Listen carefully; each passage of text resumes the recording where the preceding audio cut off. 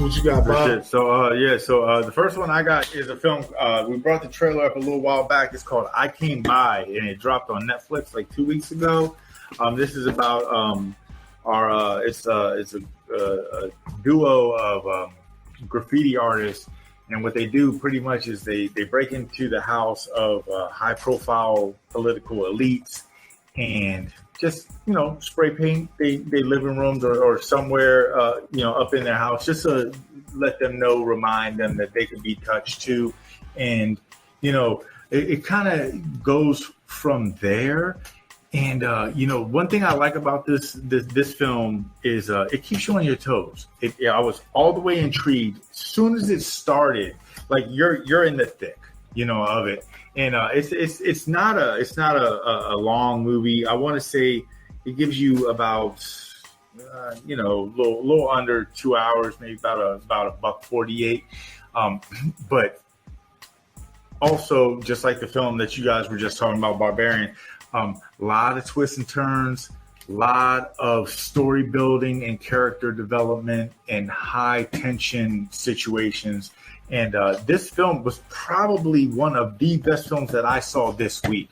And, I'm glad that I was able to see it in the comfort of my own home, because Netflix did drop a couple other films in the past week or two that were supposed to be good, and depending on everybody's eyes or whatever, how we view things. This one had me all the way engaged, all the way engulfed. And what we got from our actors, it has my man George Mackey, who was also in a film called Wolf, and he was in a few other films that I want to say we brought up. You know what I'm saying? And he's a solid actor. But also my man, Hugh Bonneville, he plays a significant role in this film, and he's very intriguing. It's someone to, keep your eye on in this film, because I don't want to spoil as well. This film, it is layered, and it does have a lot of twists and turns and a lot of things going on with it. It's so much more than what you get from the synopsis. But man, I was so entertained. I watched this one with my daughter. We both enjoyed it so much.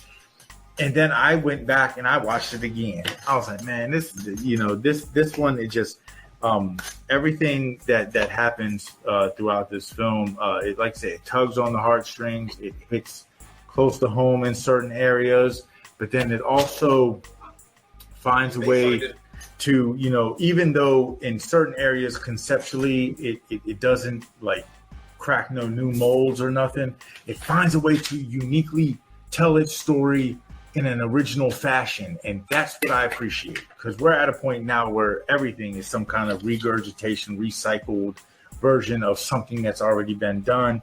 And this one, it found a way to create its own lane as a thriller, as a suspense thriller. And especially when you get into the film, you'll see exactly, what I mean by that.